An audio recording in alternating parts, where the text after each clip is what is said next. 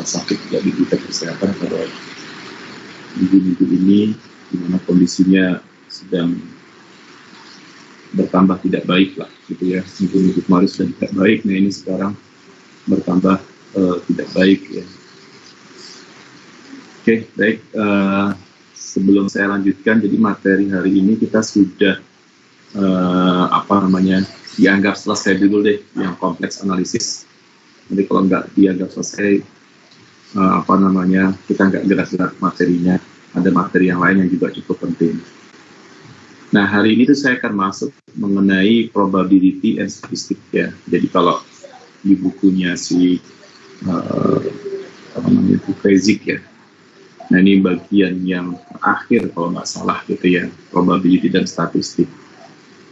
Nah, di mana di buku itu ada tentang numerical dan optimization sebenarnya. Nah, itu yang kalau sebelumnya, kurikulum sebelumnya itu diajarkan, cuman karena kita sekarang sudah punya kuliah numerical sendiri, maka itu diajarkan pada kuliah numerik harusnya. Nah, sehingga kita coba akan masuk kepada bab tentang terkait dengan probability dan statistik. Namun sebelum saya lanjutkan, mungkin ada yang mau bertanya dulu, saya persilahkan.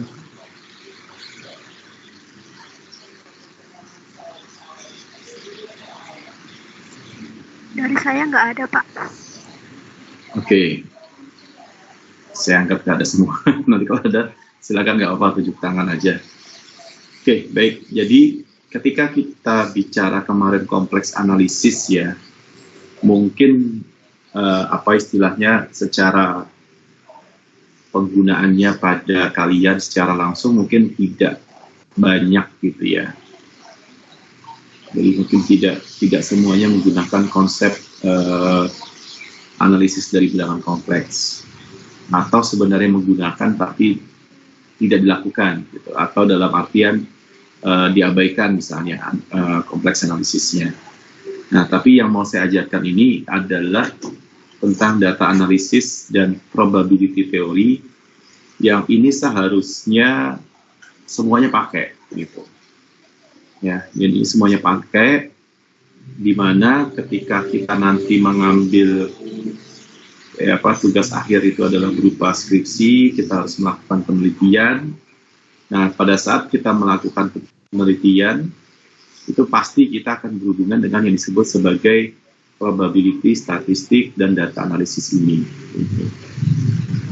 Kenapa? Ya, karena biar bagaimanapun juga gitu ya, pada saat kita nanti melakukan skripsi, itu pasti kita akan berhubungan dengan data. Ya. Kita berhubungan dengan data, dan data itu pasti juga berhubungan dengan data yang tidak sedikit, ya, data yang banyak. Gitu. Apalagi misalnya kita yang misalnya bekerja di bidang kesehatan misalnya, ya, ketika kita nanti akan menggunakan data primer, ya, mengambil data yang misalnya berhubungan langsung dengan pasien misalnya, ya, ataupun data sekunder gitu ya, yang kita ambil dari laboratorium tapi juga tetap dengan subjeknya itu adalah human gitu ya. Ya, di sini kita pasti ya, atau pada sampling secara umum lah ya, pengambilan data secara umum, kita pasti rely pada suatu teori probabilitas. Ya, di mana di sini kita akan berhubungan dengan teori, kalau misalnya pada games itu ya peluang gitu ya, seperti peluang melempar koin, melempar dadu ya, bermain kartu ya. Misalnya kalau lempar koin kan cuma 2 kemungkinannya, kalau bermain dadu kemungkinannya ada 6. Tapi kalau kita bermain kartu ya, kartu remi misalnya gitu ya, nah itu kan lebih banyak lagi tuh variasinya. Nah, di mana pada saat ini gitu ya, kondisi-kondisi itu membentuk suatu model matematika tentang proses yang disebut sebagai random eksperimen gitu ya, atau eksperimen yang bisa dilakukan secara acak. Artinya ketika kamu berhubungan dengan pasien gitu ya, pengen mengambil data dari pasien, itu udah pasti random eksperimen karena tidak bisa dalam artian kondisi-kondisinya itu, apalagi dengan menggunakan data yang unsupervised itu ya tidak dapat kita kontrol. Benar-benar kondisinya itu sangat random gitu. Ya, ataupun dalam beberapa penelitian-penelitian itu nanti kita pasti akan melakukan suatu eksperimen. Ya, walaupun tidak ke manusia, tapi misalnya kadang-kadang kan katakanlah kepada subjek biologi atau subjek lingkungan misalnya gitu ya, di sana sudah melibatkan disebut sebagai random eksperimen. Ya. Dan di mana ketika kita melakukan suatu eksperimen tersebut, itu pasti kita akan mengamati gitu ya, pasti kita mengamati suatu variabel yang juga random gitu. Variabel yang juga random. Misalnya kalau sederhananya, misalnya kita ingin mengukur kadar gula misalnya, ya kadar gula di dalam darah manusia misalnya. Nah, di mana kadar gula itu di dalam tubuh manusia itu merupakan suatu random eksperimen. Proses pengukurannya, eksperimennya itu adalah bagaimana kita bisa mendapatkan kadar gula. Gitu. Di mana di sana kita akan berhadapan dengan teori probabilitas. Ya, ketika misalnya kita ingin membuat sistem klasifikasi misalnya, gitu ya, suatu alat instrumen yang digunakan untuk mengklasifikasikan apakah dia termasuk kelompok 1, kelompok 2, atau kelompok 3 misalnya dari suatu penderita diabetes misalnya. Ya kan, nah itu kita akan berhadapan dengan probabilitas untuk mendapatkan setiap datanya. Ketika misalnya data itu pengen kelompokkan jadi 5 kan, kita pastinya pengen mendapatkan setiap kelompok itu punya data yang cukup banyak dengan jumlah data yang relatif sama gitu. Misalnya kita pengen mengumpulkan berapa 200 data, kita bagi menjadi 5 kelompok. Nah itu kita pengen setiap kelompoknya itu ada 40. Cuman kan tidak mudah mendapatkan data yang 40 dengan suatu kelompok yang sama dalam penderita diabetes. Sehingga mungkin aja nanti kita mendapatkan banyak yang sehat misalnya. Padahal kita yang butuhkan juga beberapa data yang kurang itu adalah data yang berbeda. Gitu. Karena apa? Ya karena kadar diabetes itu merupakan suatu random variable. Nah, sehingga kita akan berhubungan tuh dengan suatu pekerjaan yang namanya trial. Gitu. Trial, trial itu apa? Trial, apa ya bahasa Indonesia trial ya? Jadi bagaimana suatu pekerjaan itu harus dilakukan berkali-kali. Ya, pekerjaan itu pengujian itu harus dilakukan berkali-kali. Sehingga ada yang disebut sebagai hasil yang kita dapatkan setelah kita lakukan pengujian atau eksperimen itu berkali-kali. Tujuannya apa? Tujuannya untuk bisa menghitung performance, kinerja dari sistem yang kita pengen buat.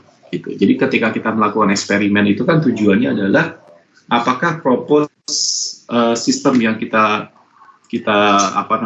tawarkan itu bisa berfungsi sesuai dengan tujuan kita misalnya. Misalnya kayak seperti pada hari ini gitu ya, orang berlomba-lomba membuat vaksin untuk COVID. Ya itu kan harus dilakukan percobaan berkali-kali. Di sana ada chance, ada kesempatan. Gitu. Artinya yang namanya obat itu ketika kita orang buat vaksin itu belum tentu dia sukses. Bisa jadi ketika dibuat di vaksin itu disuntikan kepada 100 orang, mungkin dia hanya bisa bekerja dengan baik hanya pada sekitar 50% atau 60% orang misalnya.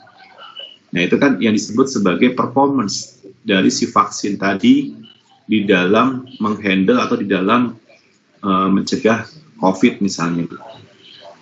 Nah nanti kita akan lihat yang disebut sebagai probabilitas distribusi probability, yaitu bagaimana kita bisa melihat individual probabilities, ya kan, tercapainya suatu probability nilai tertentu gitu ya di dalam suatu rentang yang sama. Ya. Misalnya kayak tadi main dadu gitu. Ya, kalau kita pengen melihat dadu, ya kan, apakah 1, 2, 3, dan 6 itu mempunyai probabilitas yang sama? Ya kan? Kalau dia mempunyai probabilitas yang sama, maka probability distribusi functionnya ya itu sama gitu. Tapi kalau orang main dadu tapi probabilitasnya tidak sama, ini berarti yang punya dadu dicurang gitu. Nah, jadi dadu itu akan cenderung ke nilai tertentu misalnya. Jadi kalau misalnya diulang misalnya beratus-ratus kali atau berpuluh-puluh kali itu, ya kan, dia akan cenderung pada nilai itu aja gitu. Nah ini artinya dia tidak mempunyai probability yang sama. Nah ini coba nanti kita akan lihat gitu. Ya, dan nanti kita lihat ya apa yang bisa kita bahas, apa yang bisa kita pelajari ya pada bagian ini tentang probability dan statistik. Silahkan sekali lagi ya kalau ada yang ingin bertanya, berbagi. Saya senang banget supaya ya jangan saya terlalu banyak yang ngomong gitu, gantian ya.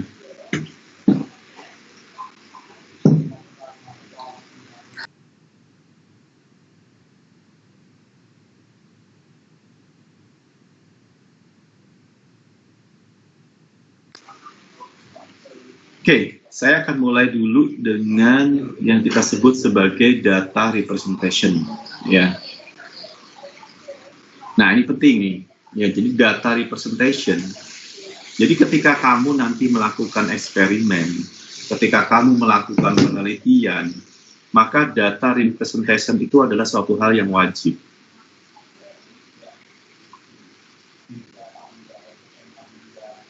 Di mana data itu bisa direpresentasikannya seperti apa supaya dia bisa mempunyai informasi, supaya bisa digunakan untuk analisis. Jadi data representation itu ada hubungannya sama data analisis.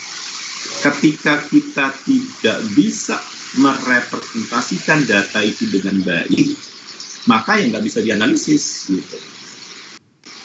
Dan terus terang gitu ya, baik mahasiswa S1 maupun S2 gitu, mereka pasti tertatih-tatih, kebanyakan, mayoritas itu tertatih-tatih di dalam melakukan representasi data.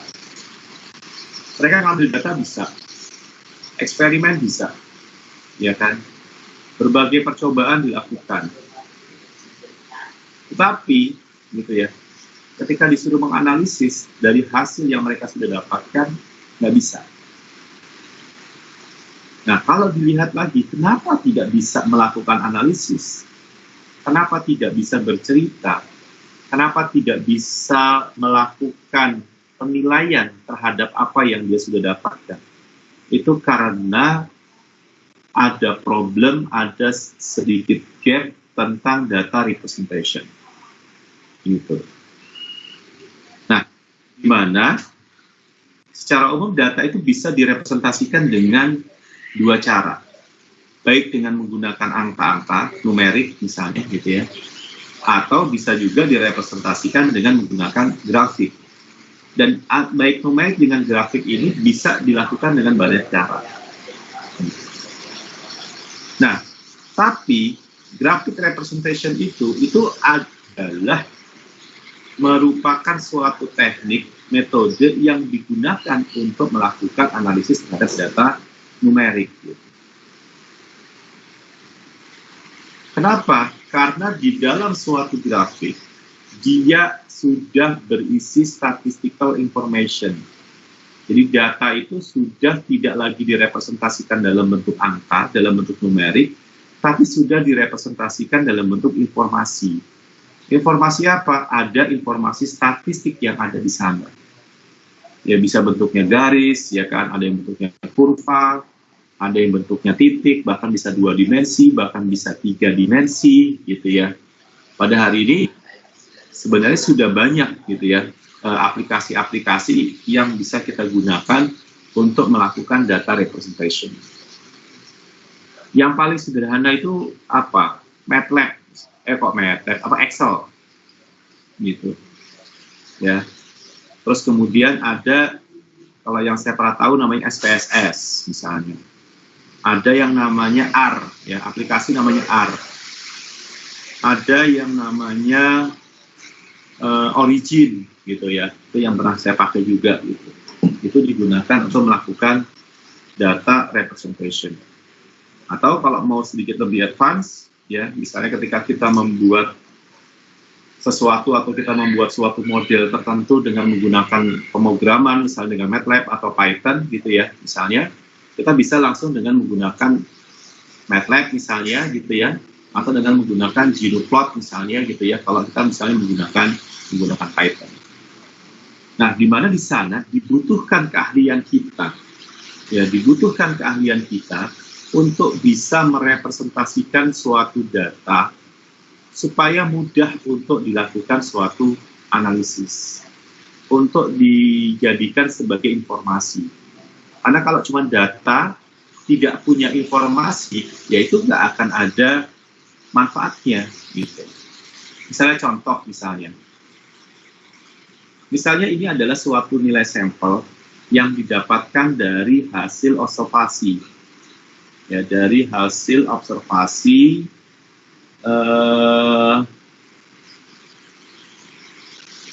ini satuannya apa sebentar? Ini hasil observasi, gitu ya, dari suatu nilai tensil, ya, dari suatu nilai kekuatan tertentu dari suatu alloy, ya, dari suatu material tertentu. Nah, yang namanya observasi atau yang namanya pengukuran, maka kita nanti akan punya berbagai jenis alloy, punya berbagai jenis material, misalnya di sini digunakan untuk mesin pesawat jet atau motor dari roket misalnya. Nah, di mana ketika mereka memproduksi, ya, mereka yang namanya produksi, namun di situ nantinya hasilnya yang didapatkan atau kualitas hasilnya yang didapatkan, ya, itu akan berbeda-beda, gitu. Sebentar.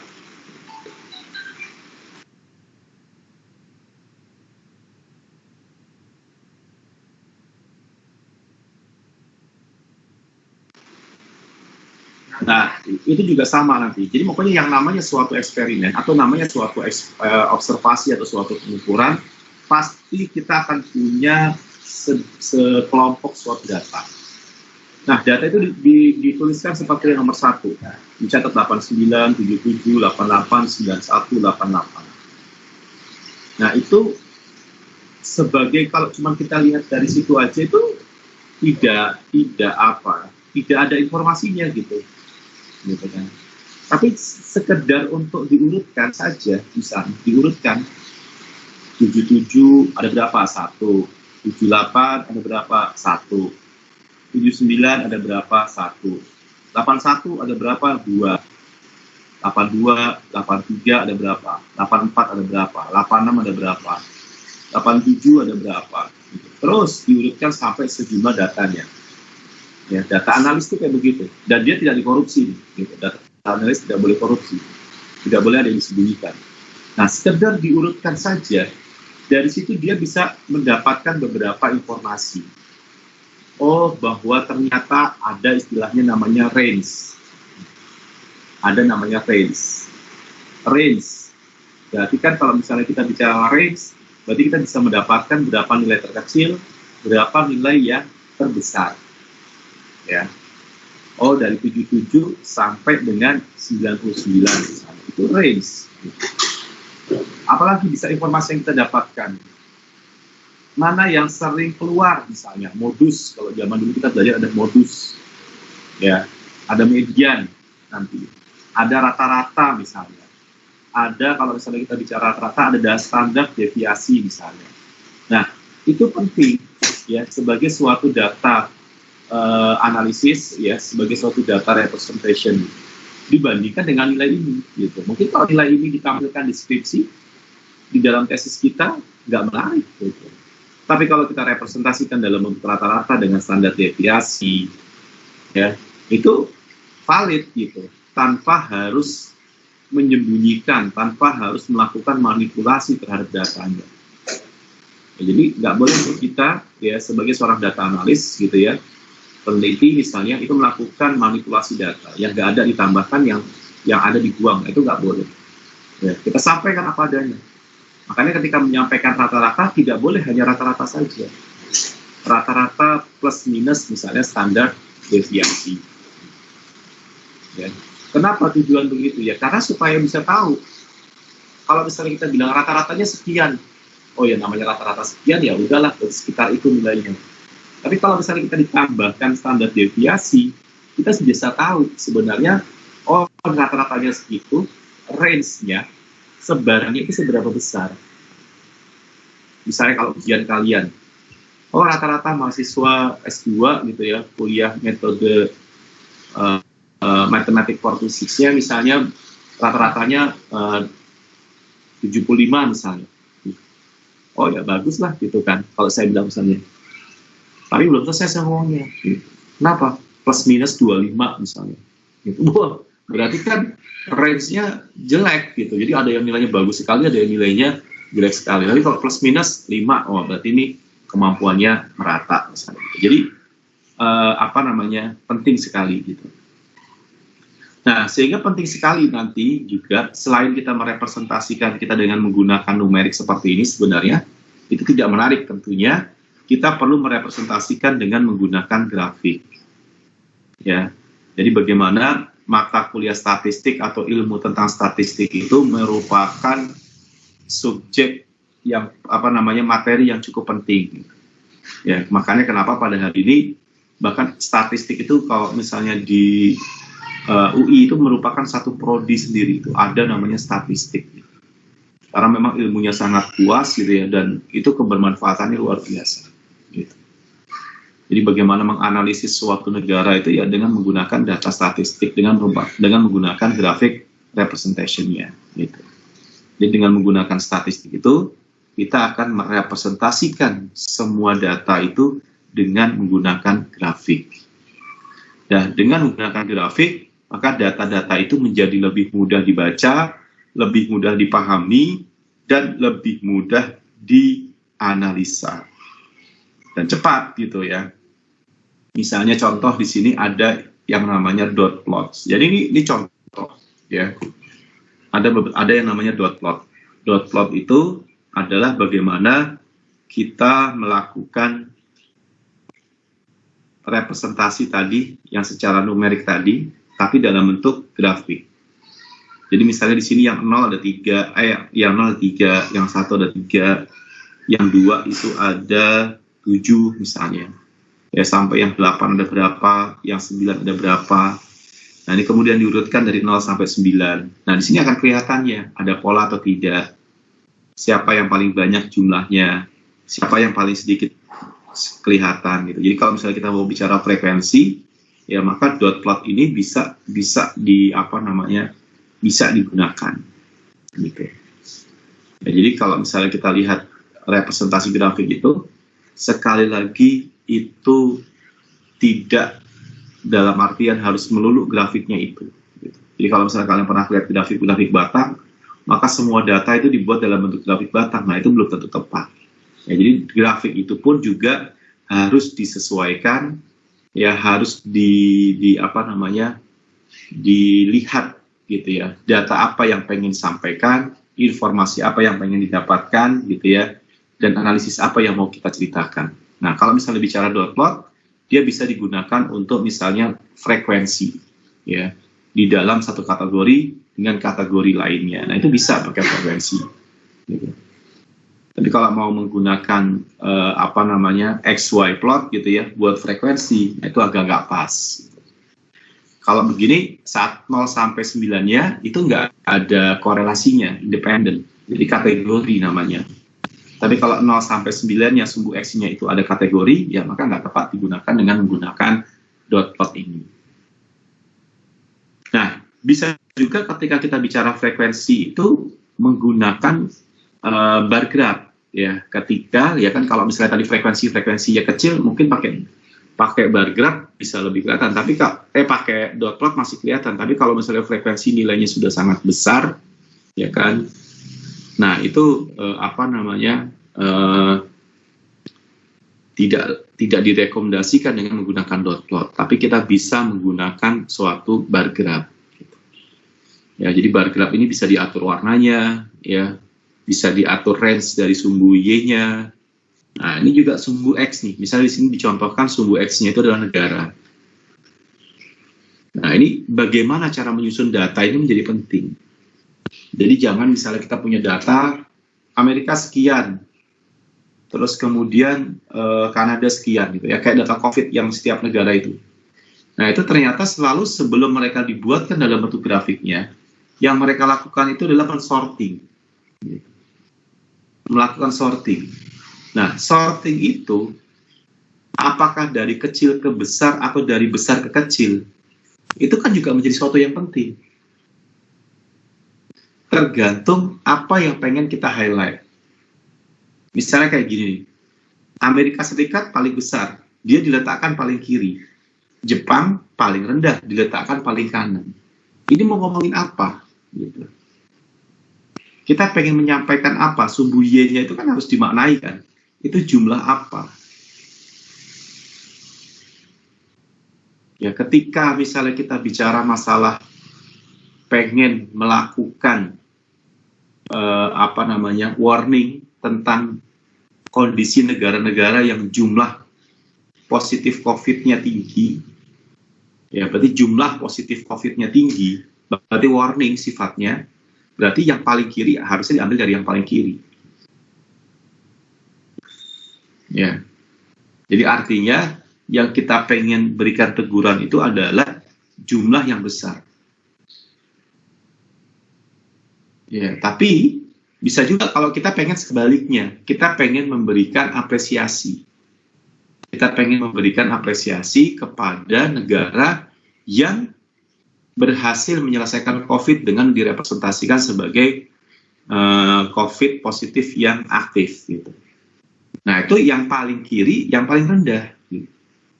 Jadi nanti semakin ke kanan, semakin tinggi. Nah, itu dengan data yang sama, tapi kita bisa, menyampaikan informasinya dua hal yang berbeda. Ya, jadi karena manusia itu kebanyakan itu adalah orang visual, maka mereka membaca gambar itu lebih mudah dibandingkan dengan membaca data numerik. Coba kalau misalnya data COVID itu dituliskan dalam bentuk tabel. Amerika Serikat sekian, Rusia sekian, ini sekian, dalam bentuk angka. Gitu. Udah gitu angkanya juta-jutaan lagi. Gitu. Ya, nah itu tidak kelihatan. Tapi kalau misalnya dengan menggunakan bar graph ini kan secara langsung kita bisa lihat. Oh, berarti kita mengkomparkan antara Jepang dan Amerika Serikat, oh ini kurang lebih sekitar ya bisa 2-3 kali lipat ya, gitu. Ya, terhadap Jepang. Gitu. Atau Jepang ya kan 1/3 sampai 1/2 lebih rendah dibandingkan dengan Amerika Serikat. Nah, itu kelihatan gitu. Ketika kita merepresentasikannya dengan menggunakan data gitu. Dengan menggunakan grafik. Nah, kalau kita pengen merepresentasikannya dengan menggunakan garis seperti ini, sumbu X-nya tahun, sumbu Y-nya adalah nilai penjualan. Ini contohnya adalah nilai penjualan. Nah, ini pakai line def. Cocok nggak? Cocok. Kenapa? Karena yang dia pengen melihat adalah tren. Dan itu diturunkannya dari tahun yang rendah sampai tahun yang tinggi. Karena yang namanya tren penjualan itu kan dari tahun rendah sampai dengan tahun tinggi. Dan kemudian dia tuliskan dalam bentuk berapa total penjualan. Gitu. Ya. Dan itu dihubungkan. Satu garis dengan garis itu dihubungkan supaya kita bisa melihat, oh ternyata tren penjualannya gitu ya dari suatu perusahaan itu dari tahun ke tahun naik.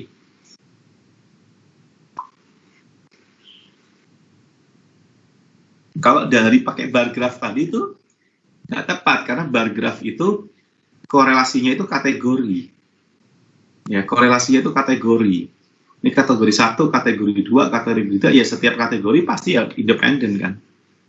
Tidak berhubungan. Nah, sementara ini garis ini kan berhubungan. Karena bisa jadi kan kalau mau kita breakdown lebih kecil, misalnya per kuartal. 2008 kuartal 1, 2002 kuartal 2. Nah, berarti kan kurang lebih nilai kuartalnya itu ada di antara garis-garis itu gitu. Nah, sehingga jadi kalau nanti kamu bikin grafik di dalam penelitian, di dalam skrip tesis kalian itu, jangan jangan asal-asalan gitu.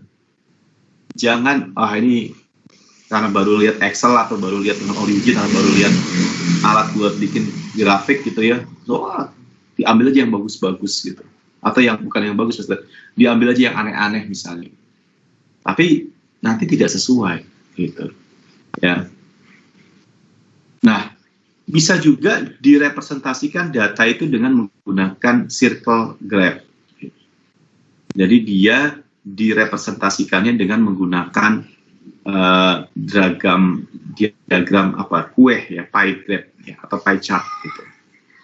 Kenapa ya? Karena dia dianggap sebagai kue, dan kemudian ketika dianggap sebagai kue, maka nanti akan kelihatan datanya. Nah, ketika mau bikin pie graph ini, maka data itu yang sebelumnya penjualan ini ya, kita punya data 1, 2, 3, 4, 5 ya, data dibuat dalam bentuk pie graph, nggak cocok. Karena yang namanya pie graph itu, pie chart itu, dia harus merepresentasikan bahwa semua data itu adalah 100%. Walaupun nanti tidak mesti dalam bentuk persen ya, misalnya di sini kan memang ditulis B itu 29%, E itu 16%, iya. Tapi sebenarnya tidak dalam persen pun tidak apa-apa, tapi selama kita menganggap bahwa keseluruhan itu adalah 100%. Misalnya jumlah penduduk, nah itu boleh.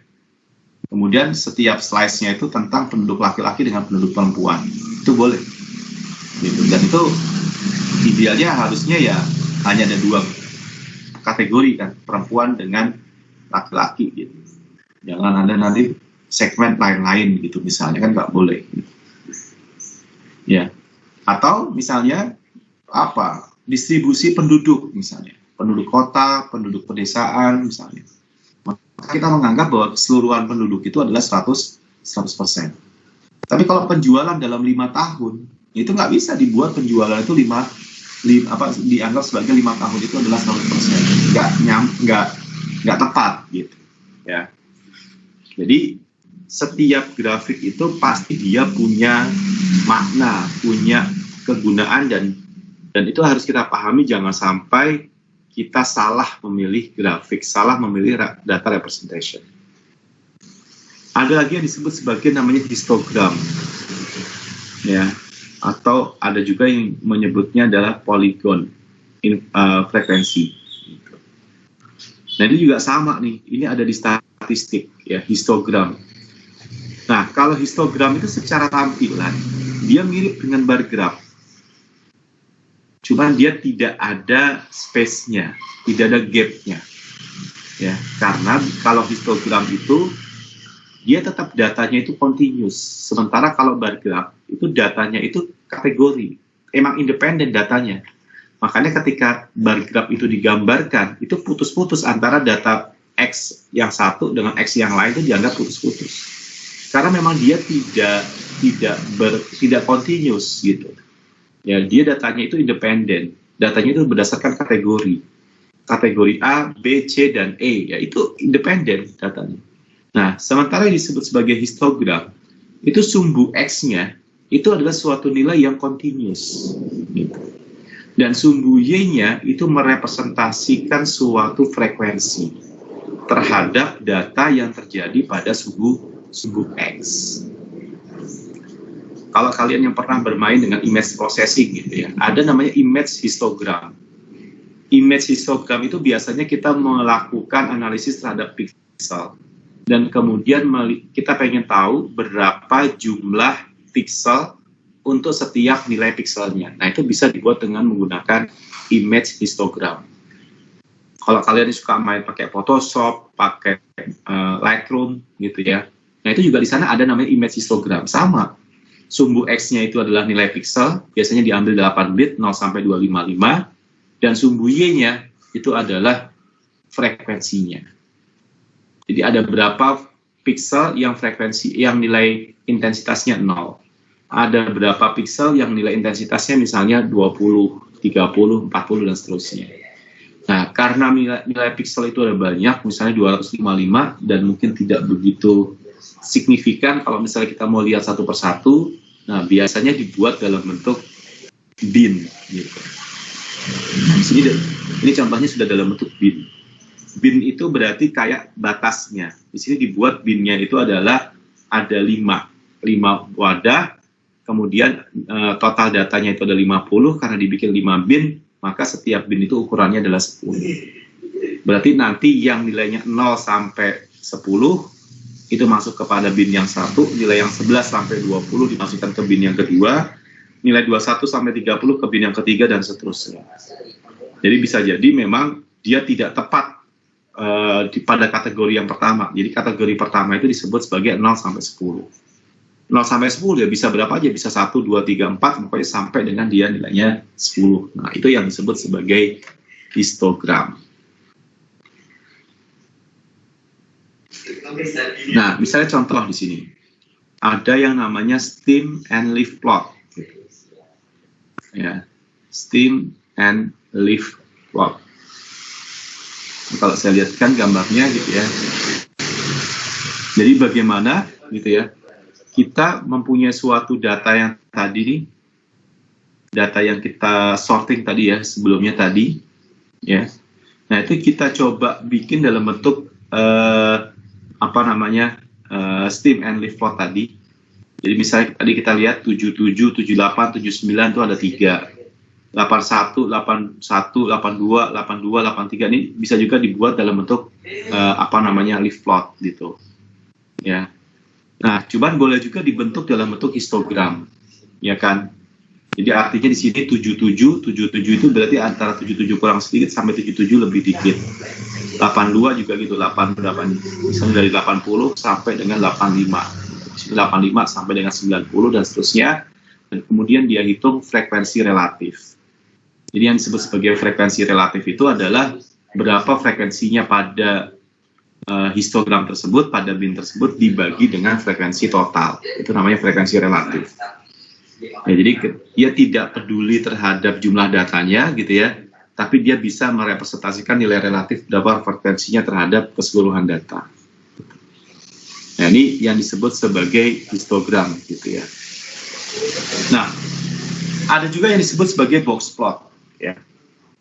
Nah, box plot itu adalah bagaimana kita mencoba mengilustrasikan suatu data dengan menggunakan nilai rata-ratanya dan spreading dari nilainya. Kenapa? Ya, karena yang namanya suatu averaging, suatu data rata-rata, itu biasanya dia punya spreadingnya. Dan nilai spreadingnya itu bisa besar, bisa kecil.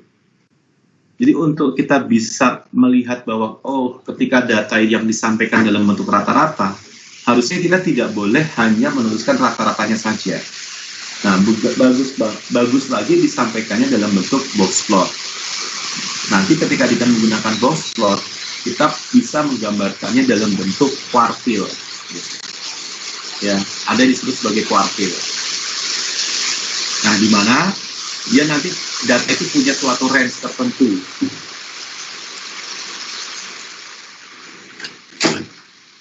Data itu disampaikan dalam suatu range tertentu gitu ya, sehingga ada yang disebut sebagai middle quartile, dan kemudian ada low quartile-nya dan ada high quartile-nya gitu. Nah, itu representasi dari suatu data tadi, misalnya itu data tadi. Nah, ini yang disebut sebagai middle-nya, lower dan upper-nya dari quartile tadi. Nah, misalnya kita pasti menggunakan data yang tadi yang kita gunakan berupa tensil dari si alloy ya, tadi. Nah, di mana dari situ kita sudah bisa melihat, dari semua data yang dia kumpulkan tadi, dari suatu range yang paling kecil berapa itu, nanti kita ukur berapa mediannya, ya kan, atau yang disebut sebagai median kuartilnya, ya. Di situ kita dapat UM-nya itu sekitar 87,5, dan kemudian nanti kita akan lihat interkuartilnya. Ya, interkuartil itu berarti range antara upper dengan lowernya. Upper itu berarti adalah berapa nilai yang paling banyak keluar, ya, di bagian up-nya. Jadi di antara middle dengan up-nya, ya, atau di atas dari nilai mediannya. Nah, sementara yang lower itu adalah seberapa banyak dari nilai tengah kepada dan terhadap nilai bawahnya. Ya, sehingga dari situ kita bisa melihat, ya, nanti kita hitung, maka kita bisa mendapatkan nilai berapa kuartil atas dan berapa kuartil bawah. Nah, sehingga data tadi, yang alloy tadi, yang nilainya dari 77 sampai 99 tadi, nah itu bisa digunakan atau direpresentasikan dengan menggunakan box plot. Jadi kelihatan bahwa mayoritas data ini 77, jadi ada garis yang berwarna biru, dan ada garis biru di bawah dan garis biru di atas, gitu ya. Ada garis biru di bawah, ada garis biru di atas, itu menyatakan range datanya. Jadi range datanya dari 77 sampai dengan 99. Nah, tapi nilai tengahnya, kuartil mediannya itu ada di 87,5. Ya, dan ada upper, ada lower.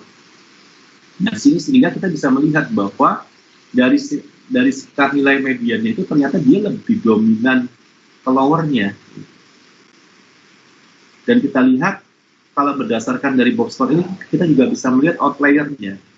Jadi ternyata banyak juga data-data yang didapatkan itu outlier, gitu. Ya, di luar dari box.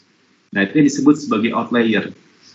Jadi nilainya itu sudah 1,5 kali dari nilai interquartile range-nya, ya, IQR, ya, interquartile range, di antara kuartil atas dengan kuartil bawah, gitu.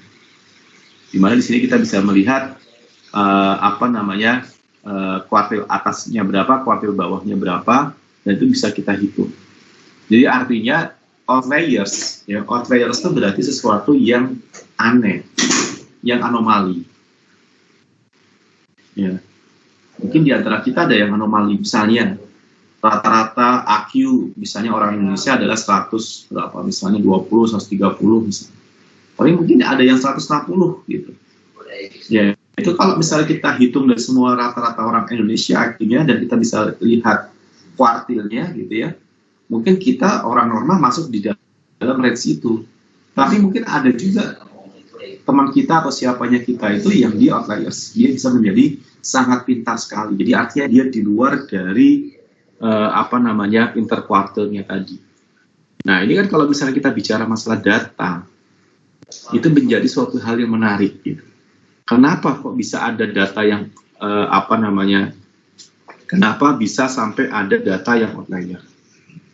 Baik outliernya ada di atas maupun outliernya ada di bagian bawah.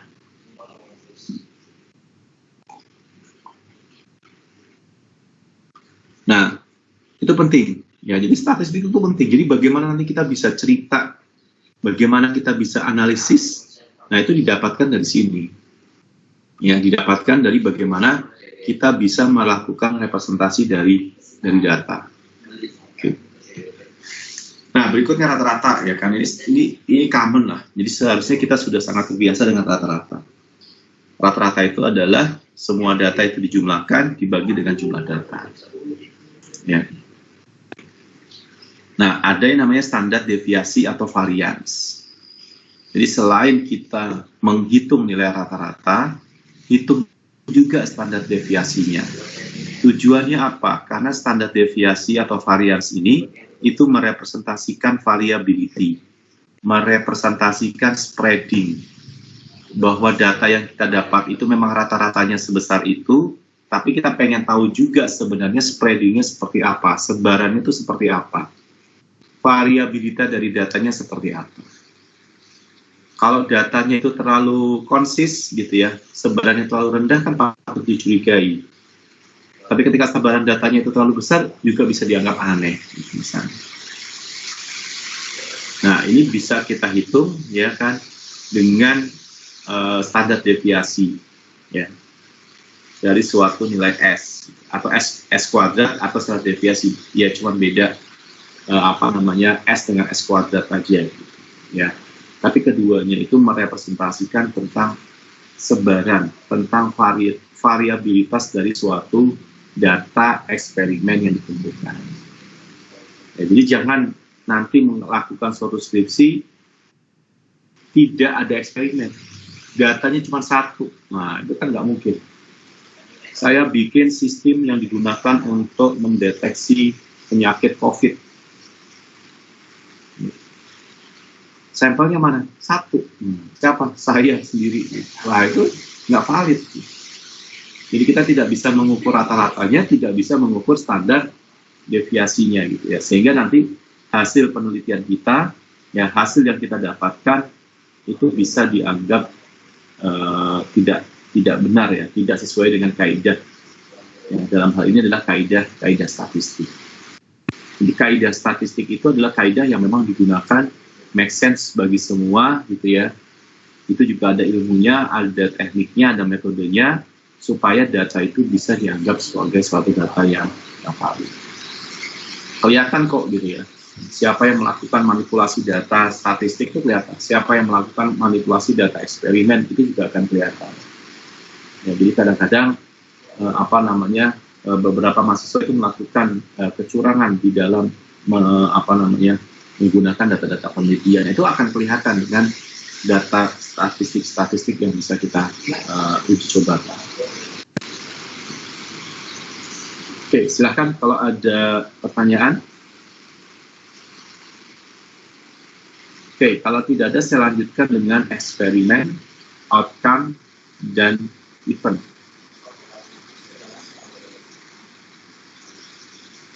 Nah, sekarang kita coba lihat dengan yang disebut sebagai teori probabilitas. Ya, teori probabilitas ini ya bisa dibilang ya namanya probabilitas, gitu ya. Tidak bisa ditebak, ya. Ini yang disebut sebagai efek sebuah peluang, ya, chance effect, ya, efek peluang. Jadi di mana efek peluang ini itu bisa kita gunakan, gitu ya, bisa kita modelkan, gitu ya, berdasarkan suatu situasi tertentu untuk melakukan suatu forecasting misalnya.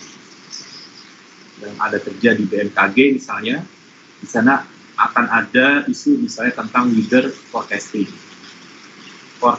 gempa. Nah, itu bagus lagi tuh kalau bisa ada forecasting gempa, forecasting gunung berapi misalnya, ya.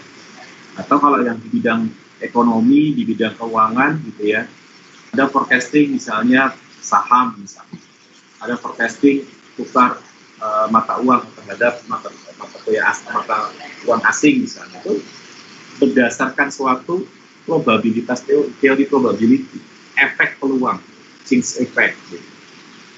Ya. Dan hal yang lain, ini sebenarnya hampir semua produk-produk atau kehidupan kita itu tidak akan terlepas dari yang disebut sebagai namanya teori probabilitas. Ya. Misalnya kita nggak nikah, ya. Kalau orang nggak nikah itu tidak ada probabilitas untuk cerai itu nol. Ya, gimana nikah kita untuk cerai? Nah, tapi ketika ada orang nikah, nah, maka dia punya suatu peluang. Ya peluangnya bisa berbagai macam, gitu. Peluangnya kalau yang laki-laki ya bisa dia bercerai atau dia bisa nikah lagi misalnya, gitu ya. Atau dia tetap setia dengan satu istri misalnya. Ada beberapa peluang-peluang tadi. Ya. Dan tidak bisa, yang namanya peluang itu tidak bisa kita kunci, ya, karena memang pada hidupnya kalau orang-orang yang dalam tanda petik itu ya kan, life is gambling, gitu ya. Kehidupan itu adalah seperti bermain judi, gambling, ya. Makanya kita seharusnya yang beragama bisa punya pegangan kan, gitu. Tapi kan bagi orang-orang itu yang tidak punya agama, ya mereka menganggap bahwa kehidupan ini ya seperti bermain judi atau gambling. Tapi memang kalau misalnya kita lihat secara keilmuan ya karena mereka melihat bahwa kehidupan itu ya benar-benar seperti teori probabilitas murni. Ya. Nah, sehingga ini penting gitu ya. Jadi ilmu statistik ini penting. Ketika misalnya kamu misalnya dalam usia tertentu mengajukan suatu asuransi. Ya. Jadi yang namanya asuransi itu dihitung. Misalnya kamu mau beli apa? Mau beli rumah misalnya, itu dihitung berapa asuransi yang nantinya harus tercover. Nah itu akan dilihat umurnya, sakit-sakitan atau enggak, kerjaannya seperti apa gitu. Nah itu orang-orang insurance gitu ya, orang-orang insurance itu melakukan tadi itu. Sebenarnya peluang kamu untuk tidak bisa membayar itu berapa persen? Semakin peluang tidak membayarnya itu tinggi, maka nilai asuransinya pun juga menjadi lebih mahal. Atau sederhananya ini deh, asuransi kesehatan. Jadi asuransi kesehatan antara orang yang kerjanya di dalam kantor dengan orang yang kerjanya di luar kantor itu preminya berbeda. Orang yang di luar kantor, misalnya seperti pilot, terus eksplorasi di tengah laut, gitu. Nah itu premi-premi asuransinya itu mahal. Kenapa? Karena pekerjaannya itu mempunyai resiko yang tinggi, ya, dibandingkan dengan pekerjaan yang sifatnya di kantor misalnya, itu preminya rendah-rendah aja. Ya, jadi memang itu bisa didapatkan, itu bisa diturunkan ya karena tadi yang disebut sebagai teori probabilitas. Dan mereka bisa melakukan itu semua karena apa? Karena mereka sudah melakukan eksperimen. Mereka pasti melakukan itu berdasarkan data. Jadi mereka melakukan eksperimen yang eksperimen itu merupakan proses pengukuran atau proses observasi. Bisa itu dilakukan di laboratorium, bisa dilakukan di perusahaan, bisa dilakukan di jalanan, di alam gitu ya. Whatever itu semua, tapi yang namanya suatu statistik atau suatu probabilitas itu pasti didasarkan dari eksperimen. Tidak bisa didasarkan hanya dari kira-kira. Jadi statistik itu ilmu yang terukur, probabilitas itu ilmu yang terukur, bukan gambling. Nah itu bedanya. Jadi kalau misalnya gambling itu, kalau misalnya judi itu ya benar-benar tidak berdasarkan data, nggak pakai ilmu itu, tidak ada ilmu perhitungannya, tidak ada modelnya. Tapi sebenarnya kalau disebut sebagai teori probabilitas, ya dia pasti ada itunya, ya ada ilmunya. Ya, misalnya kayak suatu barang, gitu ya. Suatu barang dibilang ini garansi, misalnya garansi berapa? Garansi 10 tahun. Kenapa? Karena dia sudah lakukan eksperimen bertahun-tahun bahwa barang itu tidak akan rusak selama 10 tahun. Ataupun ketika rusak, misalnya, itu paling hanya sekitar 5%. Ya, sehingga ketika misalnya dia menggaransi 10 tahun, maka harga yang perlu dilakukan penyesuaiannya adalah untuk saving kepada yang 5% tadi. Gitu. Jadi garansi dari suatu produk itu pun juga dihitung. Kenapa? Karena jangan sampai, ya kan, ketika dia punya produk, dia buat garansinya, ya, tapi ternyata meleset, gitu. Ternyata banyak barang yang rusak sebelum masa garansinya habis. Ya, sehingga akibatnya apa? Ya, akibatnya dia tidak bisa menutupi operasional untuk klaimnya. Nah, itu kan artinya apa? Ada kesalahan dalam menggunakan teori probabilitas.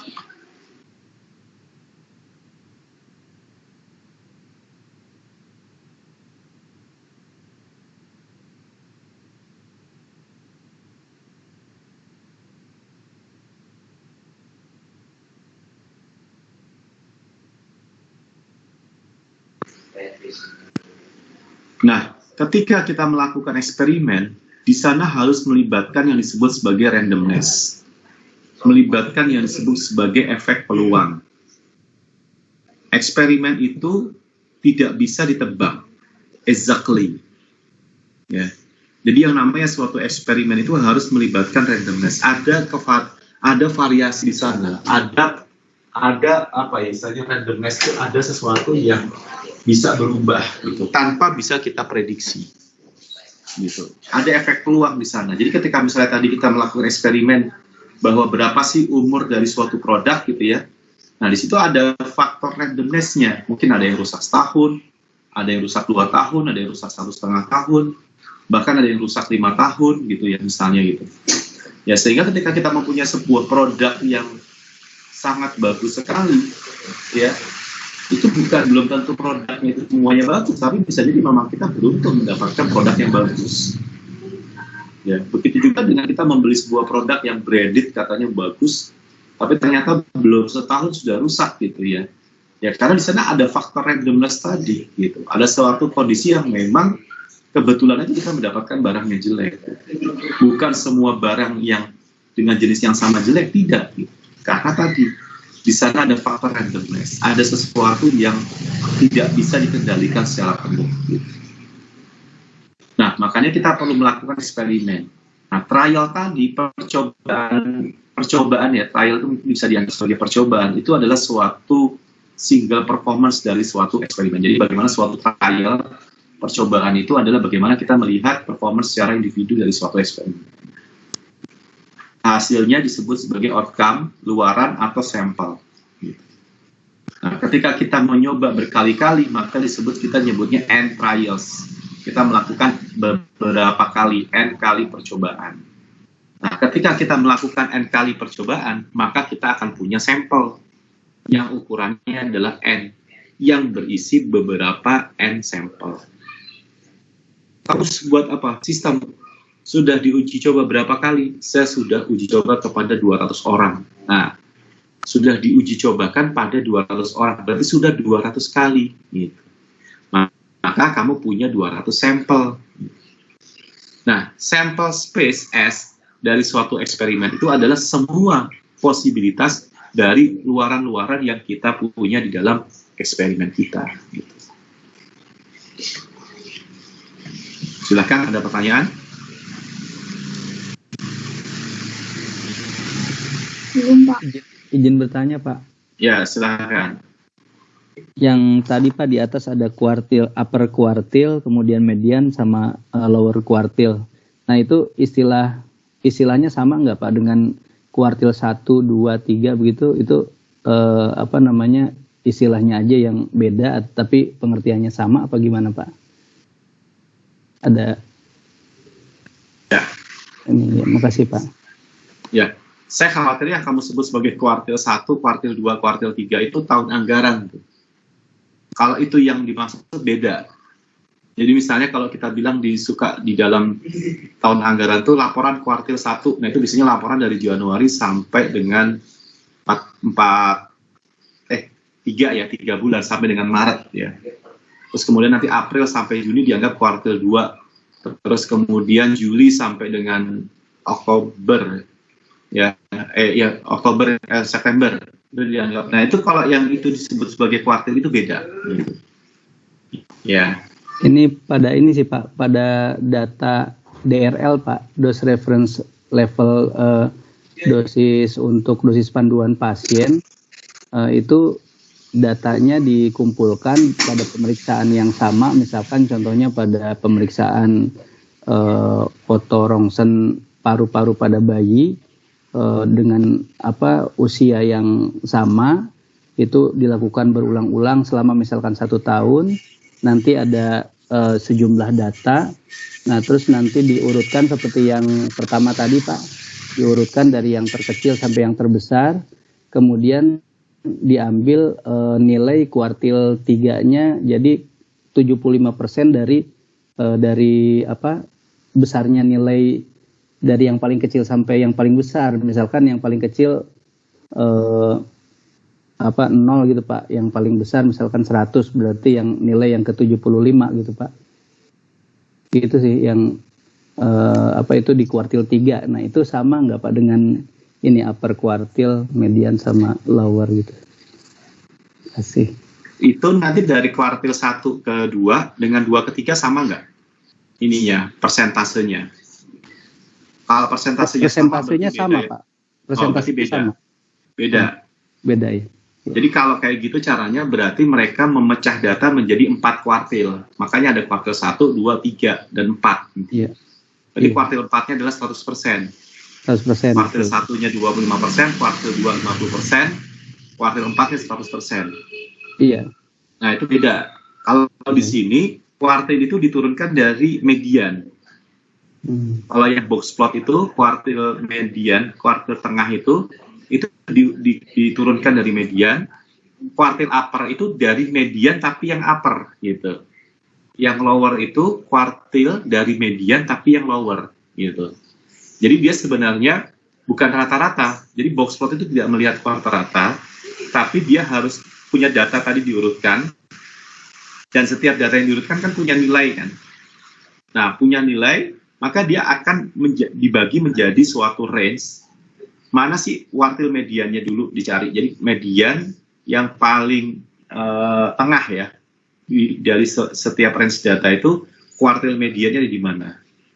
Baru kemudian dia hitung lagi untuk mendapatkan kuartil atas, dan dia mendapatkan kuartil bawah. Jarak dari kuartil atas ke menengah, dan dari menengah ke bawah itu bisa beda. Bisa sama, tapi bisa beda. Sementara kalau tadi data yang kamu sampaikan, dia pasti sama. Nah, kalau dia pasti sama, berarti bukan pakai box plot. Gitu. Ya. Baik Pak, terima kasih Pak. Ya. Nah, untuk menghitung yang tadi itu gambar-gambar tadi box plot itu tuh sebenarnya pada prinsipnya sih sekarang ini kita bisa menggunakan berbagai aplikasi ya tadi yang seperti saya sebutkan tadi misalnya. Excel itu nggak tahu bisa nggak ngitung box plot ya. Setahu saya ada sih gitu ya. Tapi bisa dicoba gitu ya. Nanti kita bisa menggunakan aplikasi-aplikasi yang lain. Gitu. Jadi terus terang dengan menggunakan ilmu statistik itu analisisnya menjadi lebih dalam, ya, menjadi lebih dalam. Nah, ada lagi silakan kalau ada kita lanjutkan. Ada yang disebut sebagai union dan intersection. Nah, ini kalau misalnya kita contohkan, misalnya istilahnya yang namanya suatu sample space. Namanya suatu sample space itu kan adalah bagaimana kita bisa melihat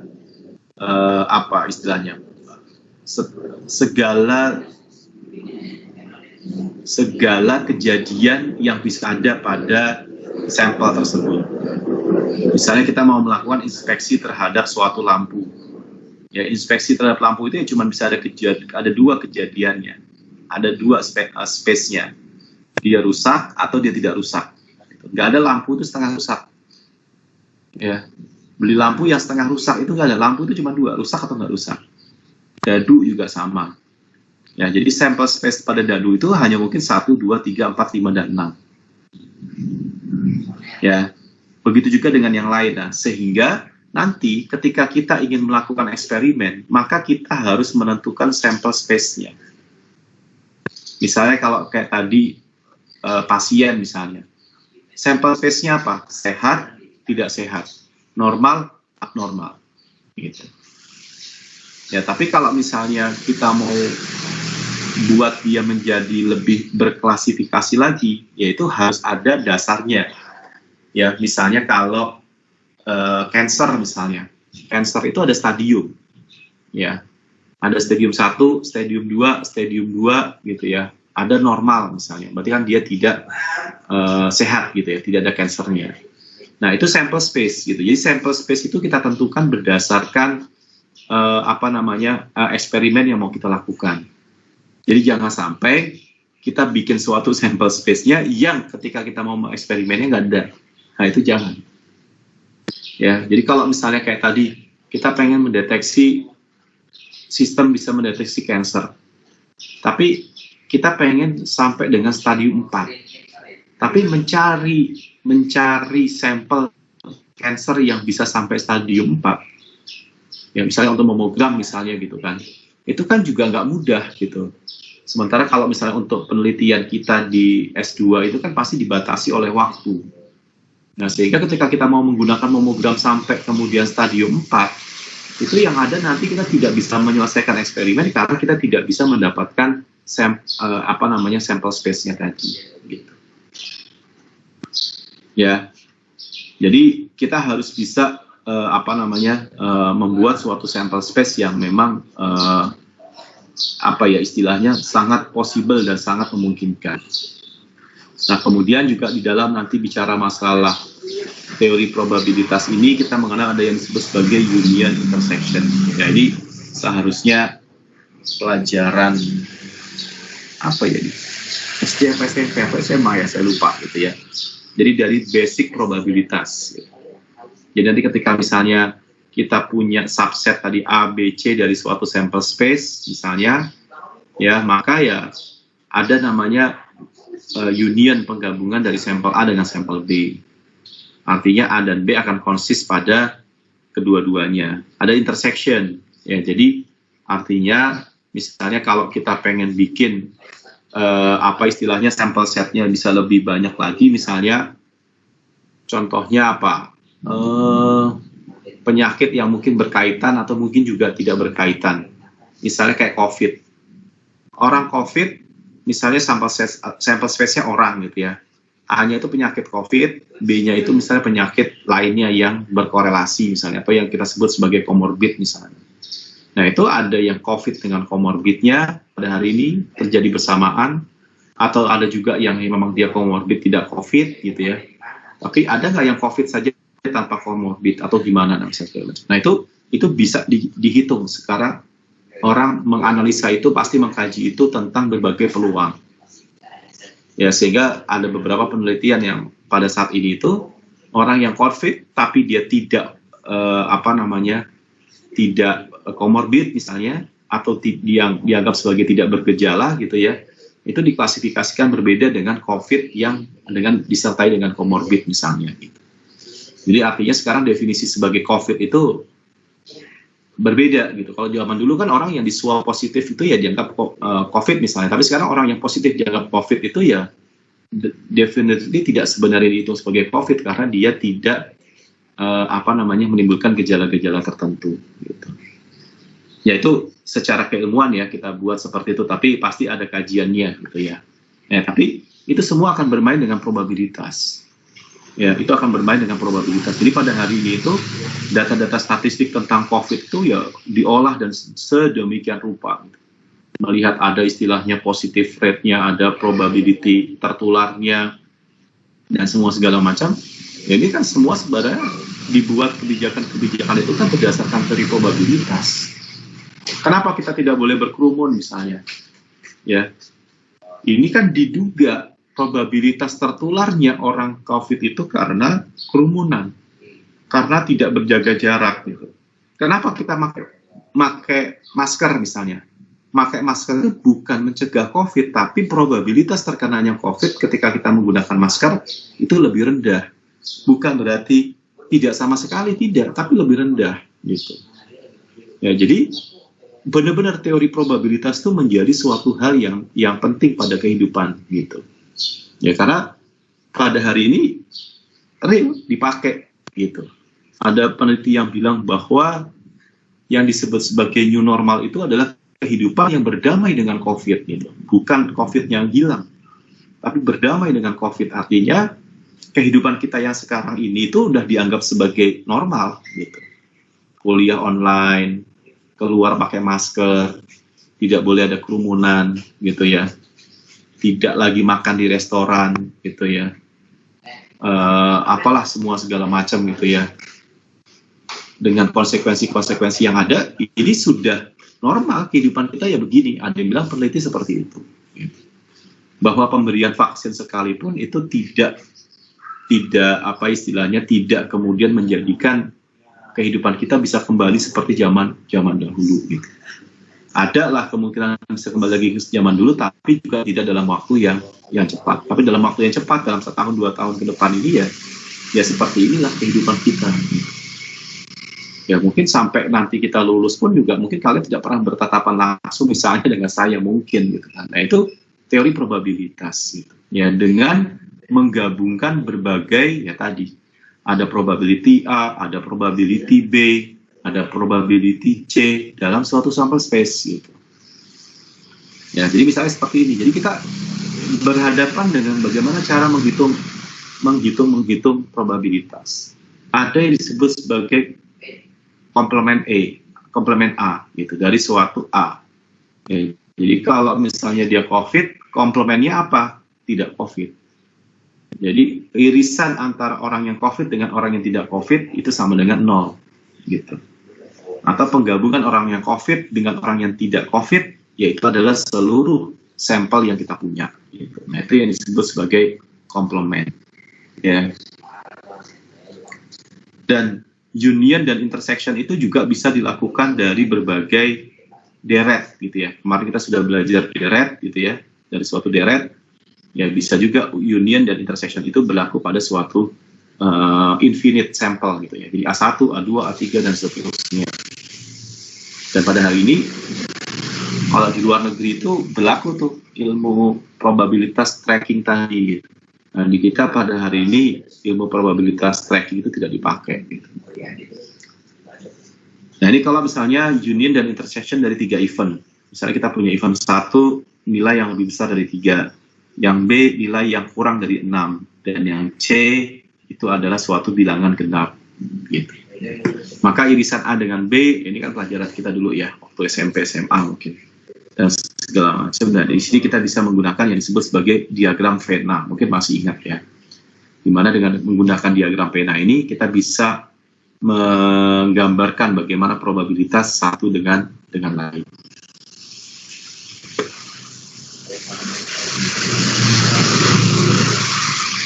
Oke. Berikutnya adalah probability. Tadi kita baru bicara tentang bagaimana eksperimen, outcome, dan event. Nah, sekarang kita coba lihat bagaimana probability.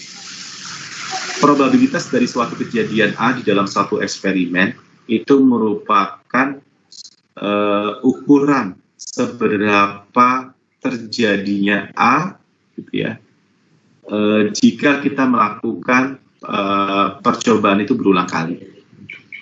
Ya, jadi probabilitas terjadinya suatu kejadian A di dalam suatu eksperimen, gitu ya, yang merepresentasikan seberapa seringnya keluar A itu, ya, pada saat kita melakukan percobaan beberapa kali.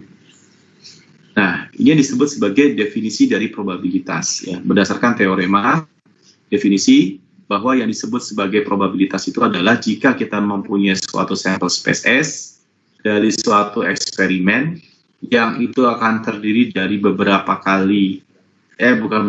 terdiri dari sejumlah terbatas outcomes, gitu ya, atau titik, gitu ya, yang ketika dia diulang itu secara bersamaan, maka yang disebut sebagai probabilitas dari A atau probabilitas dari suatu event A itu adalah berapa keluarnya nilai A dibagi dengan semua nilai di dalam S, di dalam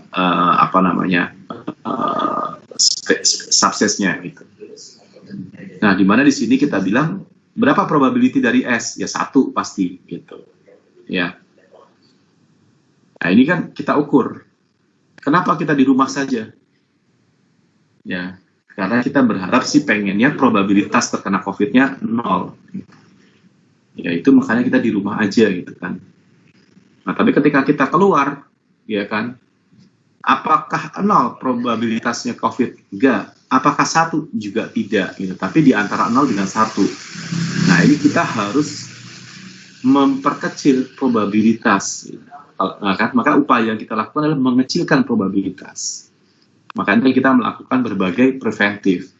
Jaga jarak, terus kemudian senantiasa menjaga kesehatan yang baik, terus kemudian menggunakan masker, gitu. Ya.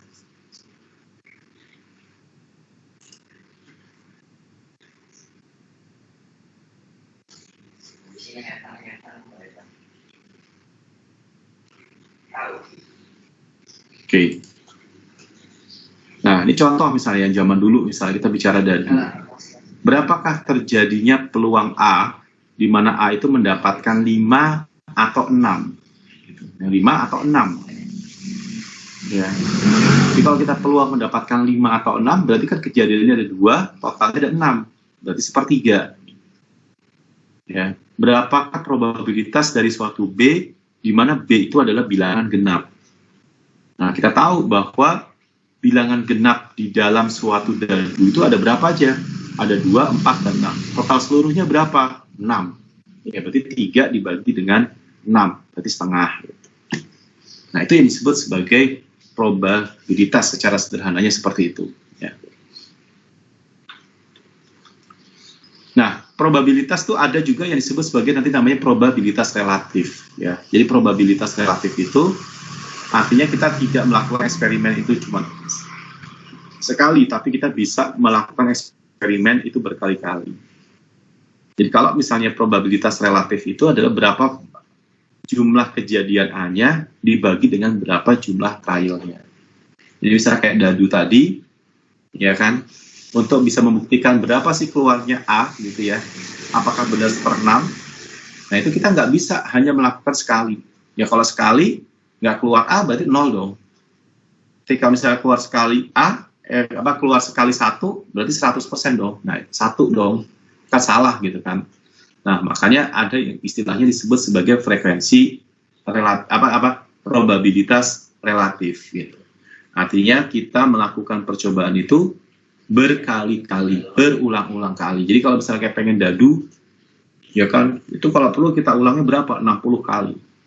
Nah, selama 60 itu, ya kan, kita hitung berapa keluarnya dia angka 1. Nah, baru setelah dia keluar angka 1-nya berapa, dibagi dengan 60. Nah, itu misalnya seperti itu. Nah, itu disebut sebagai frekuensi relatif.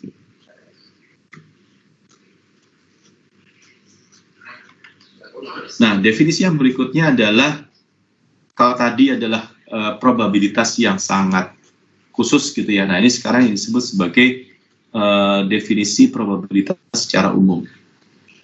Misalnya kita punya suatu sampel space S, di mana setiap kejadian A pada S, ya, itu berhubungan dengan suatu PA, atau berhubungan dengan suatu probabilitas A, ya kan, atau yang disebut sebagai probabilitas A, itu bisa terpenuhi apabila aksiom-aksiom probabilitas berikut ini terpenuhi. Ya, jadi ada beberapa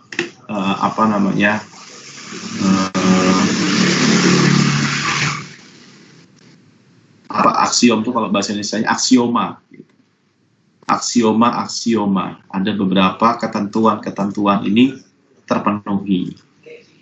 Yang pertama, untuk setiap A yang ada di dalam S, nilai probabilitasnya itu antara 0 dan 1.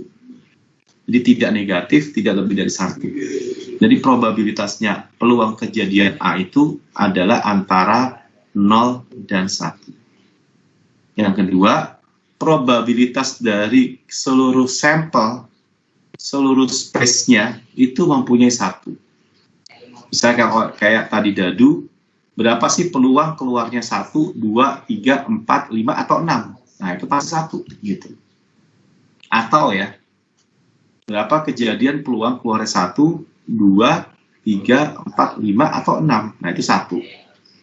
Gitu. Jadi, suatu probabilitas dari keseluruhan dari suatu sampel space-nya itu sama dengan 1. Yang kedua, dia berlaku mutual exclusive event dari A dengan B. Di mana ketika A irisan B itu sama dengan 0, ya, atau A dengan B itu irisan kosong, tidak beririsan, maka probabilitas dari event A gabungan dari event B itu sama dengan peluang A ditambah dengan peluang B. Ya, misalnya kayak tadi, peluang keluar 3 di dadu berapa? 1/6. Peluang keluarnya 4 berapa? 1/6. Dan nggak mungkin 3 dan 4 itu keluar bersamaan. Berarti A irisan 3 irisan 4 itu himpunan kosong. Nah, ketika berapa peluang keluarnya 3 ya atau 4, ya berarti kalau dia atau berarti kan boleh 3 boleh 4. Berarti peluang 3 ditambah dengan peluang 4, 1/6 tambah 1/6 sama dengan 1/3. Nah, jika S-nya itu infinite, ya, maka aksioma 3 itu harus diganti dengan mutual exclusive event. Jadi PA1 tambah PA2 sampai dengan seterusnya, ya sama dengan peluang A1 tambah peluang A2 dan seterusnya. kalau S-nya itu adalah infinite. Jadi artinya kalau kayak dadu kan udah pasti S-nya cuma ada 6. Tapi kalau misalnya S-nya itu infinite, ya, tak berhingga, tidak ada batasnya gitu ya, ya maka penggabungan, peluang gabungannya ya penjumlahan dari masing-masing probabilitas.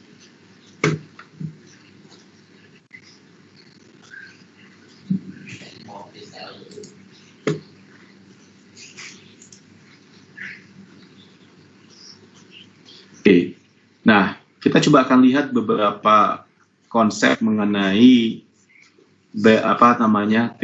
teorema dasar tentang probabilitas. Ya, tadi kita sudah melihat yang disebut sebagai aksioma probabilitas, di mana dengan menggunakan aksioma probabilitas tadi memungkinkan kita untuk menyusun suatu teori probabilitas dan bagaimana penggunaannya nanti di dalam suatu statistik gitu. Nah, kita coba akan lihat teorema yang pertama yang disebut sebagai complementation rules.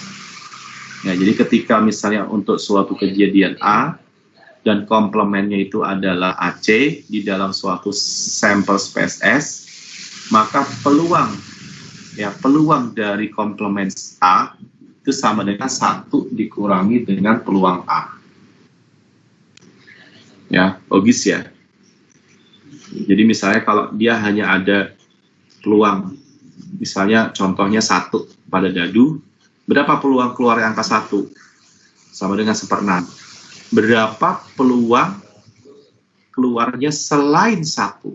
Ya, kalau selain 1, berarti 1 dikurangi dengan peluang keluarnya 1.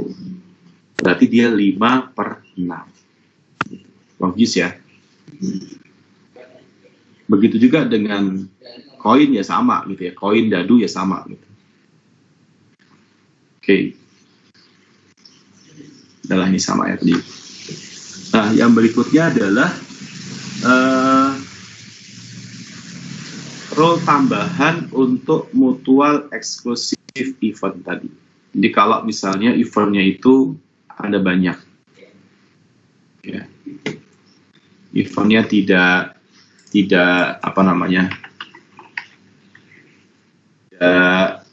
sendiri gitu ya, tapi dia mutual, ada beberapa.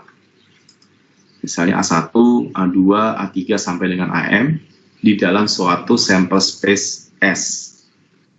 Ya, maka peluang nanti A1 digabung dengan A2 gitu ya, sampai kemudian dengan A itu, maka ya peluangnya merupakan gabungan sampai dengan AM-nya.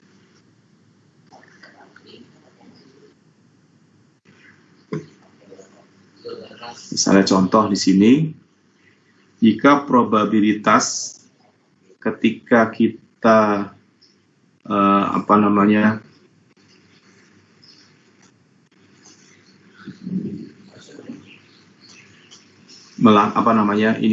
servis di dalam suatu bengkel misalnya gitu ya, yang berdasarkan dari jumlah kendaraannya ya pada suatu hari kerja itu bisa 10 sampai kita kelompokkan misalnya 10-20, 21-30, 31 sampai 40 dan lebih dari 40 gitu.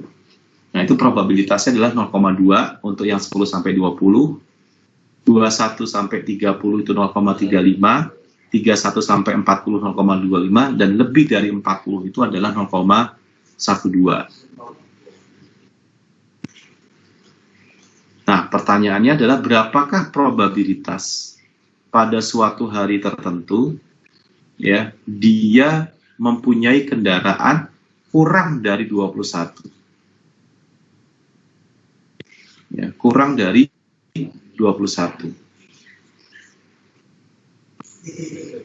Jadi kalau misalnya ini mau kita hitung gitu ya. Bukan kurang dari 21, setidak-tidaknya 21, sorry. Berapakah probabilitas bahwa di bengkel itu ada setidak-tidaknya 21 kendaraan yang akan diperbaiki.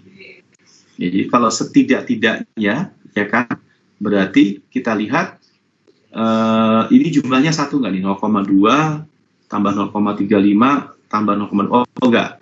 nilainya nggak 1. Tapi ketika misalnya kita lihat di sini, ya, yang 10 sampai 20 0,2, yang 21 sampai 30 0,35, yang 31 sampai 40 0,25 dan 0,12. Tapi yang diminta setidak-tidaknya 21, berarti dia dari 21 ke atas.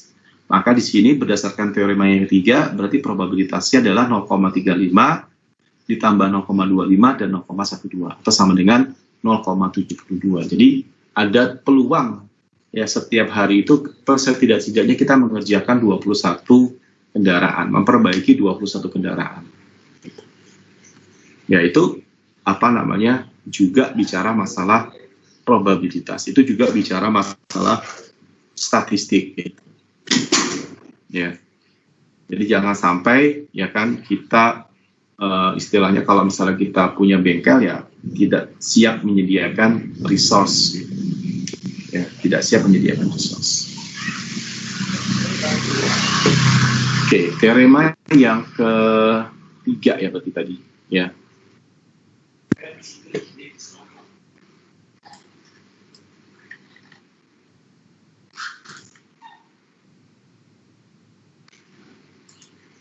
Untuk apa namanya sembarang kejadian ya, arbitrary event ya. Jadi ketika misalnya untuk sembarang kejadian ya A dan B, di mana A dan B-nya itu berada di dalam suatu sampel space-nya, maka peluang terjadinya A dan B yang bukan, kalau tadi kan A irisan B-nya sama dengan kosong, itu sembarang kejadian. Jadi bisa jadi A itu bisa jadi irisan B-nya juga ada. Ya, kalau tadi kan dia A bukan dari B. Kalau ini bisa saja A ada dengan B-nya. Nah, maka peluang kejadian terjadinya A dan B itu sama dengan peluang A ditambah dengan peluang B dikurangin dengan peluang irisan A dengan B. Nah, sehingga kalau misalnya kayak kita kembalikan ke teorema yang pertama, cocok nggak kalau misalnya A itu bukan irisan B, atau A irisan B-nya sama dengan himpunan kosong? Masih cocok, karena kalau misalnya A dan irisan B-nya itu dia kosong, atau A dengan B-nya itu independen, maka kan bagian ininya sama dengan 0. Sehingga kalau untuk dia yang benar-benar tidak saling terkait, ya maka tetap aja peluang A dan B-nya terjadinya adalah peluang A ditambah dengan peluang B.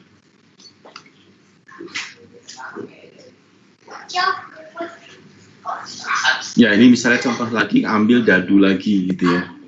Berapakah probabilitas mendapatkan suatu bilangan ganjil atau suatu bilangan yang kurang dari 4? Ya. Berarti kalau misalnya begini kan berarti kita harus melihat A itu adalah misalnya adalah bilangan ganjil dan B itu adalah bilangan yang kurang dari 4. Bilangan ganjil berarti ada 3, berarti 3/6. Yang kurang dari 4 juga ada 3, ya 3/6. Ya, tapi ternyata yang bilangan yang kurang dari 4 itu juga ada yang ganjil. Ya, bilangan yang kurang dari 4 yang ganjil itu ada 2, ya, yaitu 1 dan 3. Maka dikurangin, ya 2/6. Nah, sehingga peluangnya untuk mendapatkan bilangan yang ganjil dan atau kurang dari 4 itu adalah 2/3 gitu ya. Nah, ini apa namanya yang disebut sebagai sembarang event probabilitas.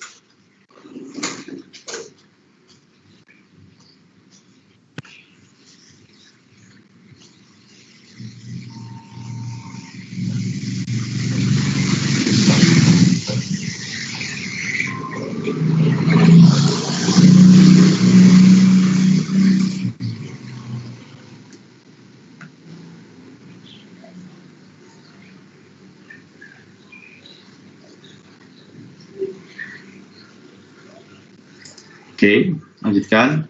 Nah, ada disebut sebagai conditional probability. Ya, conditional probability itu dibutuhkan untuk mencari probabilitas dari suatu kejadian B tapi kejadian B itu under condition dari kejadian A terjadi. Ya. Jadi ada suatu probability conditional. Ya kayak tadi misalnya kalau kita bicara COVID, probabilitas orang akan dirawat karena COVID itu kan pertama karena dia COVID. Ya, tapi karena dia COVID, maka dia harus ada. Tapi tidak semua yang COVID dia perlu dirawat. Gitu. Dia hanya punya dirawat kalau misalnya dia menderita komorbid tertentu. Nah, berapa peluang orang itu punya komorbid? Nah, itu kan berarti ada suatu kejadian B, tapi under condition terhadap suatu kejadian A. Ya, kurang lebihnya kayak gitulah, kasar-kasarnya. Nah, itu disebut sebagai conditional probability. Ya, disimbolkan dengan P, peluang dari B, apa ya itu nyebutnya, bar A, atau B, garis A lah, atau apalah itu namanya gitu ya, cara bacanya saya lupa gitu. Dimana itu nilainya sama dengan peluang A irisan B dibagi dengan peluang A, dimana selama peluang A itu tidak sama dengan 0. Kalau kebalikannya ya, kalau A yang tergantung dengan B, ya berarti dibalik ya. Berarti P irisan B-nya dibagi dengan A.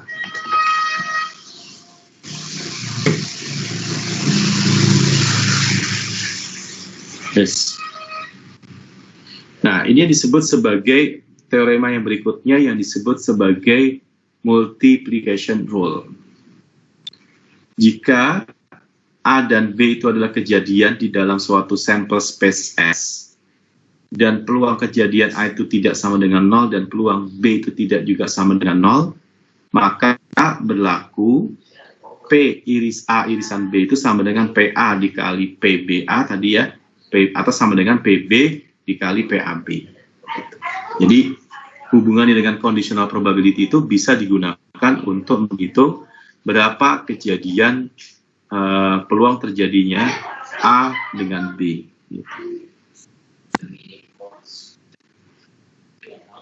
Misalnya contoh ya, misalnya dalam produksi suatu baut ya, screw ya. A itu adalah kondisi di mana screw-nya itu terlalu kurus ya. Jadi ketika dimasukkan itu menjadi longgar. Atau peluang terjadinya B itu terlalu pendek gitu. Jadi A itu terlalu kurus, B itu terlalu pendek. Misalnya anggaplah peluangnya berdasarkan proses industri yang sudah bertahun-tahun dilakukan gitu ya. Itu didapatkan bahwa peluang terjadinya screw yang terlalu kurus itu sekitar 0,1 dari jumlah produksi. Dan ternyata adalah suatu conditional probability di mana screw-nya itu dia terlalu slim ya, terlalu kurus, dan juga terlalu pendek gitu. Jadi udah kurus pendek. Ini untungnya ngomongin screw ya, bukan ngomongin orang ya. Ngomongin orang terlalu yang tersinggung. Ya, di screw-nya udahlah dia terlalu kurus, dia juga terlalu pendek, itu 0,2. Nah, pertanyaannya adalah berapa sih probabilitas dari suatu screw yang kita akan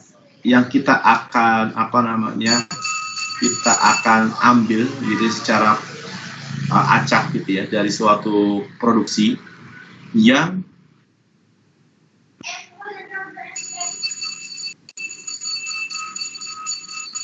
dia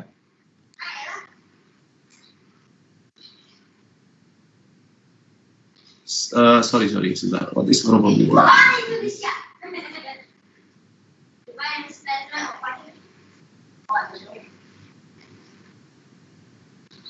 Oh, salah.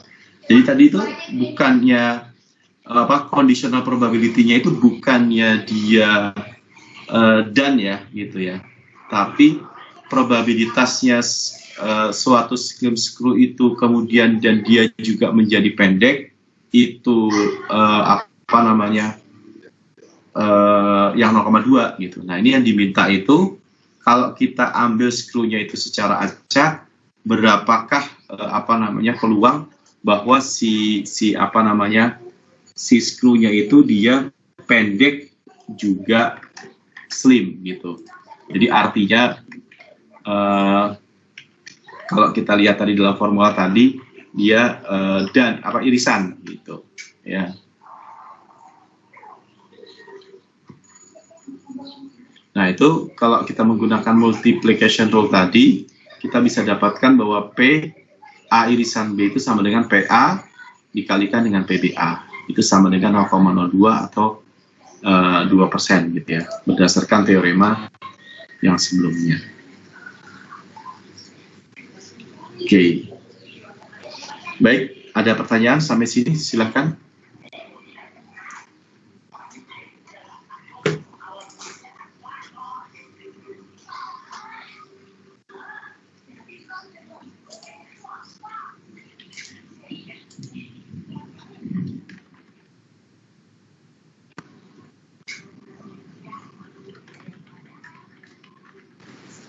Tidak, Pak.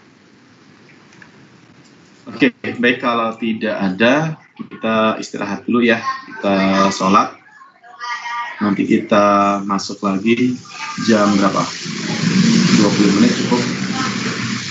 Jam 4 ya? Jam 4, setengah 4 ya? Setengah 4 ya Pak? Ya. Ya. Baik Pak. Oke, kita tutup dulu ya, kita istirahat, sholat. Gitu. Bagi yang mau ke belakang, silahkan ke belakang. Peregangan dulu juga boleh, gitu ya. Oke, saya tutup dulu.